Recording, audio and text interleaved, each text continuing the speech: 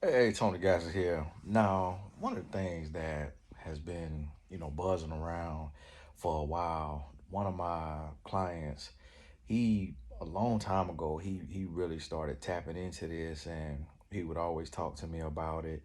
And there started to be some, books out there. And so you've heard the term already of emotional intelligence, and people started to write about it and talk about it. Now, it is something that all humans struggle with, and we all can claim to be emotionally intelligent, and we can, it's just like anything. It's like I could talk about relationships all day and still have relationship problems. I could talk about emotional intelligence all day and still be ready to flip a lid. Like, we could talk about health and fitness all day and still want to eat bad. Like, right now, me and my son, we had us a pizza. I might order me another pizza. And, well, I had the little fold over thing, but it just is what it is. It's not as easy done as it is said. But this is something that I've been, intentional about, and it's not easy by any stretch of the imagination. It's extremely hard to be emotionally intelligent. It is extremely hard. And it's not hard once you start to practice it and you start to see the results. And you're going to see the results in every area of your life. And when you start to practice this, it's basically what I call emotional regulation. So when you start to practice it, you start to get an advantage and you start to win in life, and you go to the next level. Meaning the people around you or the people that you are managing your expectations with, managing your responses or your reactions with, if they're not doing the same, you'll start to see them lose in life, and you'll start to see yourself elevate in life. And it works in every area of your life.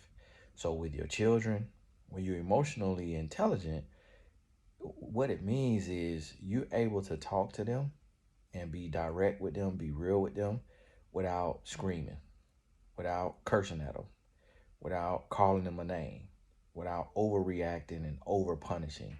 And this is a mistake that I feel like every parent makes. When you're emotionally intelligent in your car, when you're in traffic, I have seen the worst emotional intelligence over here in England in traffic. Oh my goodness. It is the craziest thing. I am like, are you kidding me? Like, maybe it's the weather being so terrible to have these people just unintelligent.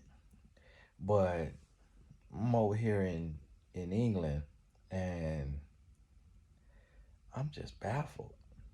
Like, a guy was coming to pick up me and my son, and he was in one of those Mercedes V vans. So it's like the Mercedes van that it's a little kind of long. It's like a van, and it opens on both sides, and it has the bench in there. It has two benches, one bench behind the driver's seat, and it's facing the other bench that is, the two benches face each other, and then behind it has like some storage. Behind that back bench, it has some storage. And so I'll ride in that because we have like 4 or 5 luggages. So I call one of those. Well, the guy came on the street, and then he, the house we were in was over here. He's on the street right here. So he had to turn like this because he was going back into the driveway. A lady coming off the main road, she turned on the street. She see him turning to back in, and she curses him out. And it's like, man, the guy is backing into the driveway. She curses him out. I'm in an Uber the other day, me and my son, and we driving, and we going, and we get stuck in traffic. So we at traffic because it's a light. It's a van right here behind us, right behind my shoulder, and he's trying to come in. But our car, our driver cannot go forward. The dude behind us, honking the horn, lets down his window, screams at the top of his lungs, cursing, cursing us out. move your such and such car. And I'm like, dude, can you in a van? Can you not see it's a car right in front of us and we can't go nowhere? Because he wanted to get in. And I'm like, this is crazy. Imagine the ulcers. Imagine the stress. Imagine the misery. Imagine just the agony, the pain, the defeat. Imagine the relationship with the spouse, or the relationship with the kids, the relationship with the job, the relationship with life. Imagine how your heart and your body suffers from that level of anger from someone that you do not know. But also, imagine you do that and the person you just did that to is a trained killer. Imagine you do that and the person you did that to has a severe mental health issue. Imagine you do that and you just did that to a mafia boss, a gang lord, a former sniper or assassin or spy. Like, you don't know who people are. Imagine you do that and that person just buried their child. That person just buried their spouse and they have a gun under their seat or a knife under their seat. Imagine you do that. When you yelling at them, screaming at them, cursing them out changes nothing. It moves nothing. It's something I found. Now, nobody likes when you're direct. Nobody likes when you're direct. It's just human nature. And when I say nobody, I don't mean every single person in the world. Some people prefer that you be direct. People always say be direct, but when you're direct, and I'm gonna give you an example when you're direct. Like I'm a direct, so I'm emotionally intelligent with my wife, and I work on that every day. I'm not always the greatest at it. What I mean by that is sometimes in your head you'll hear stuff online or stuff, and you want to talk about this. Like, hey, you sure you're not cheating? Like you want to bring up those conversations. You want to mention that, and it could be for something you heard online. Well, being emotionally intelligent would say, I have no probable cause. I see no signs of infidelity. Why bring up this accusation or start this conversation to make the room tense, to break up the chemistry, to divert the energy? Like, why bring this up out of insecurity? That's where emotional intelligence comes in, is being able to think before you speak. But yet, emotional intelligence does not mean that you're not direct, meaning it doesn't mean you don't communicate. It means you will communicate in a responsible, respectful, timely manner. So I was talking to my wife and I sent her this thing and I said, hey, you think we ought to try these supplements for our son, Tony? And she was like, I think he tried that for some time and it didn't do anything. And I was like, oh, how did he do that? And I didn't know about it. And she was like, I think it's one of the supplements in the closet, in the medicine cabinet. And she said, I think it's something he asked for, but I can't remember. So then I said to her, I said, well, listen, he is my son too. Don't let him take anything without my approval. And she said, okay. So just like that, that's direct communication. I could have avoided it altogether, but that's a standard for me. That's a rule for me. Like, and just like when I was coming over to England and my son gonna be, he doing stuff and he training and all that, my wife said to me directly, she said, listen to me. Do not make a decision for our son without consulting me. I said, okay. just like that. Now, that's still emotional intelligence. It's open, direct communication. Being emotionally unintelligent would be to start throwing insults or accusations or calling names or ignoring your standards, your boundaries, and just ignoring it, ignoring it, ignoring it, ignoring it until your breaking point to where you go off. That's not emotional intelligence. So a lot of people think emotional intelligence means suppressing your needs, suppressing your standards, suppressing your boundaries. That's not emotional intelligence. That's being a pushover. That's being weak because you can do that, but eventually you're going to break.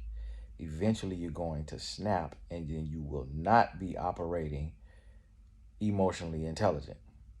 So you still should address things, your feelings, but when you're addressing feelings, what you have to do is you have to evaluate where your feelings are coming from. So if your feelings come from insecurity, now that's an issue. If your feelings come from fear or frustration or anger, you have to evaluate where it's coming from. Fear is not always a bad thing if but it could be semantics. It may not be fear, it may be caution. It may be something where you're just being attentive and you say, I don't feel comfortable with going in this neighborhood at this time of night or going to this place or going here or there. That's not fear, that's caution. And it's better to be safe than sorry. So you got to be able to identify where you're operating from. Now, sometimes we could say, well, I want to ask this question about my spouse or boyfriend or girlfriend. I want to ask them, are they being faithful? Are they cheating? Are they being honest? Well, initially, we may say, oh, don't ask that because that comes from insecurity. But that's not true if there's a history of it. So it's not coming from insecurity, it's coming from history, it's coming from patterns. Now, it is emotionally unintelligent to bring that up if you have agreed to forgive and forget. And you're not seeing any signs that look like they could be lying to you, misleading you, cheating on you, deceiving you, manipulating you. Then, if you bring that up when there is no probable cause and you have agreed to forgive and forget, now you're not being emotionally intelligent because you are starting an argument, you throwing their past in their face, and that's where you have to learn how to cope with your memories and cope with your thoughts and cope with those things that you have chosen to forgive. And that may mean talking to a life coach, talking to a counselor, writing in your journal, praying, reading your Bible. There may be going for a run, exercising, doing another form of exercise, working in your craft, working on your gift, working on your purpose, channeling that energy from those thoughts to something else. That's emotional intelligence. And then your brain develops new patterns. Your brain develops new brain waves. Now it's a new firing of those synapses, and you're now teaching yourself. And so now you beat that struggle. You overcome it. You then get a release from your brain, which is like a reward that says, yes, I was feeling insecure. I had no reason to. I addressed it. I did not speak from that space. And then I was rewarded by seeing the smile and the happiness and the friendliness of the other person, whatever relationship this is, friendship, parent, son, daughter, husband, wife, boyfriend, girlfriend. Wow.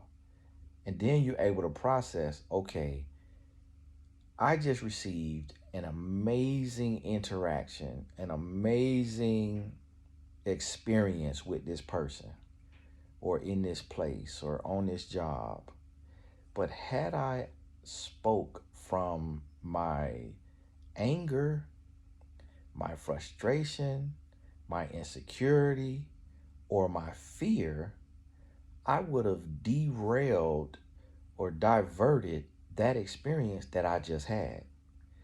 So that reward system, now because you've been rewarded and you recognize it, now your brain knows to repeat this behavior, this emotionally intelligent behavior. Now, it can work the other way when you are emotionally unintelligent and you get a reward. What I mean by that is you may operate a certain way, and because this other person is not confrontational and not problematic, they give you what you think you want. So they give you lip service or they give you eye service, and you feel like by you acting out, by you operating from insecurity, and then them standing up straight and them marching to your beat, that you will associate that as a reward. But what you're not taking into account is that you force that behavior from them, and that they are fronting and they are manipulating you just because they don't want to have a confrontation. But then behind your back, they will still go and do the very thing you don't want them to do, or the very thing that you fear, even though you keep hounding and pestering them about, are they doing this thing, or is this happening, or is this whatever. But when you just learn how to communicate, you learn how to trust, you learn how to prepare, you learn how to plan, you learn how to have real conversation, and you learn how to build a real relationship with a real rapport. Now that minimizes the chances of your child lying to you, or your spouse lying to you, or your friend lying to you. Because instead of having interrogation sessions, you're having sessions of communication and relationship building. So when you have a real relationship, it's easier for rules to exist. And this is what you have to realize. So this is something that I did not read this in a book. This is something that life has taught me, life observation has taught me. I don't have a teacher on this. I have not read a book on this. I read a portion of the book, Emotional Intelligence 2.0, but it was just a small part about like being in the workplace, and somebody, I don't even remember it, but it was about being in the job and working hard or something, and then getting a promotion or something like that. But not what I'm talking about. But I'm doing this, talking about this relationally, where you can operate from a place of confidence and security, self love, and love for the person you're in relationship with. And when I say in relationship, I'm not just talking about like intimate, or sexual relationship. I'm talking about relationship with your friend, with your child, with your parent. Like relationship, being emotionally intelligent in all of your relationships to produce the chemistry and the rapport and the bond that you want to have, so that trust and honesty and loyalty and open direct communication can exist without fear and timidity and doubt and worry and a lack of trust. So think about this and evaluate your weaknesses. Evaluate when you act out of character. Evaluate when you overreact or when you underreact, because there's such a thing as underreacting, when you don't show any care, or you completely remove yourself or shut down and you don't communicate. That is not healthy either. So you evaluate that, unless in certain circumstances. Evaluate that and then give yourself a grade and then adjust and make changes and then get your reward. It is Tony Gassens. God bless you. We'll talk soon.